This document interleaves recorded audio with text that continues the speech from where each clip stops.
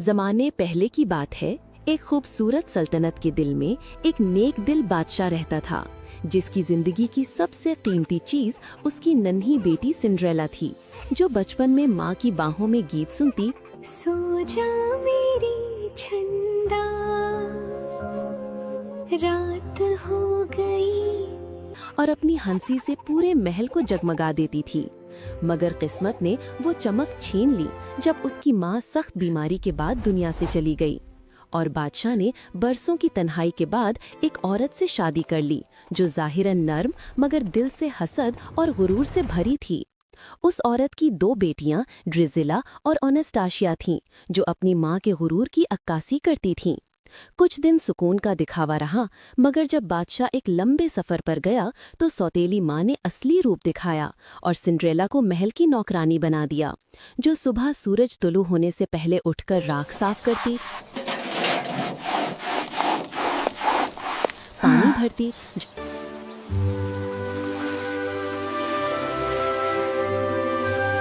झाड़ू लगाती,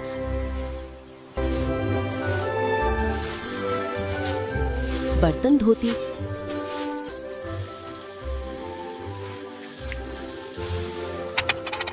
जख्मी उंगलियों के बावजूद मुस्कुराती, और रात को खिड़की के पास बैठकर आसमान से कहती, अम्मी कहीं से मेरी बात सुन लो। उसकी मासूम दुआ आसमान में गुम हो जाती, मगर उसकी उम्मीद बाकी रहती। उसकी वाहिद तस्कीन एक नन्ही बिल्ली टॉम थी, जो उसके आंसू साफ करती। क्यों परेशान होती हो मेरी दोस्त? मैं हूँ ना तुम्हारे साथ। हम दोनों मिलकर सब ठीक कर लेंगे। कभी चिड़िया उसके गिर्द चहकती और कभी हवा उसके चेहरे से गर्द हटा देती, जैसे कुदरत भी उसकी खामोशी महसूस करती हो। मगर हर सुबह नई आजमाइश के साथ तुलू होती, जहाँ ड्रिजेला के हुक्म, अनस्टाशिया के तंज और सौतेली माँ की सख्त निगाहों के बीच वो सब्र का ताज संभाले रखती। वो अंधेरे में भी रोशनी जैसी लगती थी। सूरज की पहली किरण के साथ वो उठती, पुरानी चादर ओढ़कर बावर्ची खाने जाती, जहाँ राख, बर्तन और अध जला चूल्हा उसका इंतजार करते।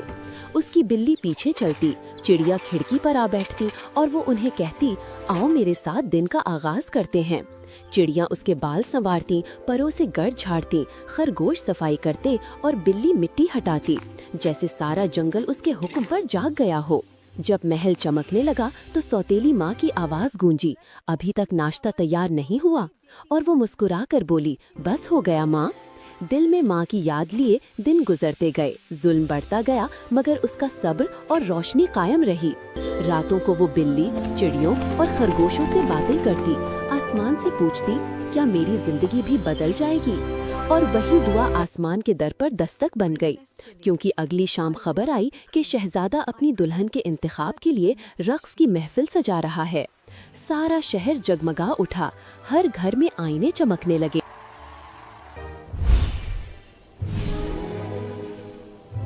लड़कियों, पार्टी में जाने की तैयारी करो। माँ, क्या मैं भी पार्टी में जाऊंगी ना? नहीं सैली, तुम घर ही रहोगी।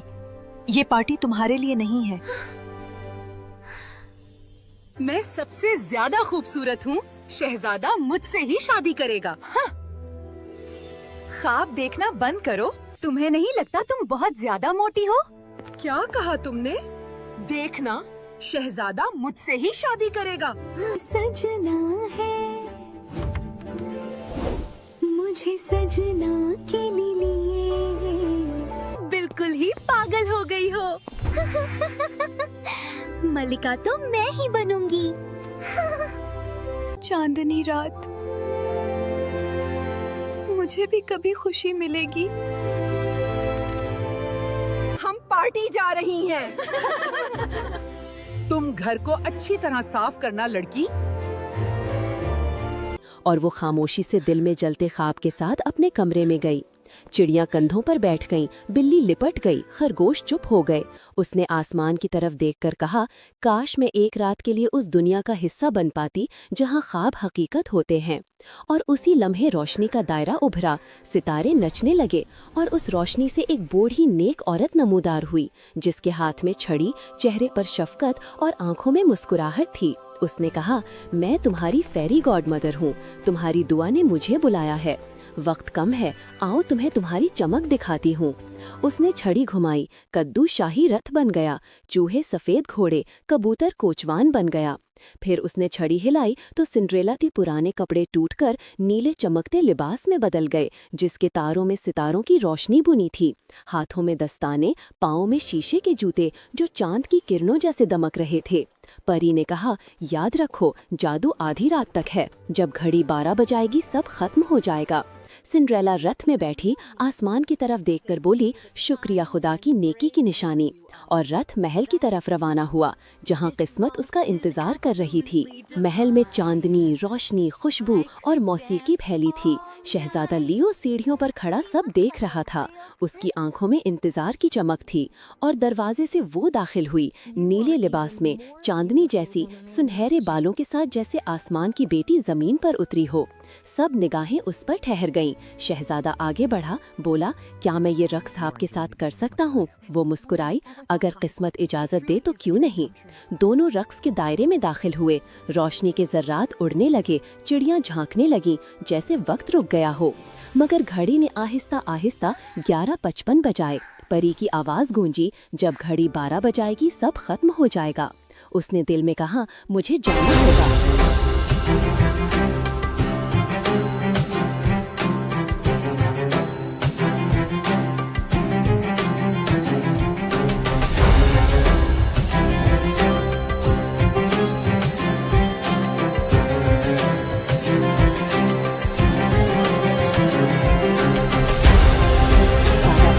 रुक जाओ, तुम्हारा नाम। मगर वो भाग चुकी थी।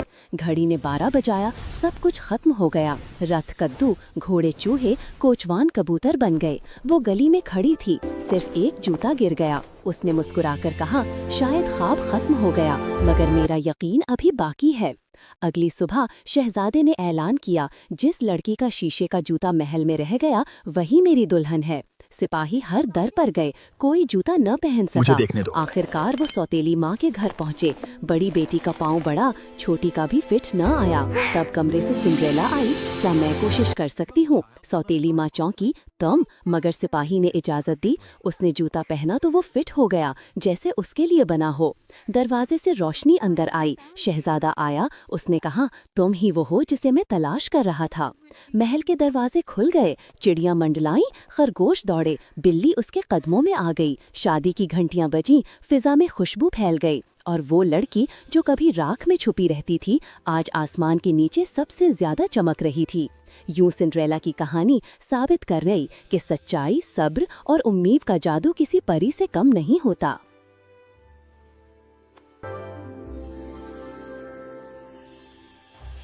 Thanks for watching.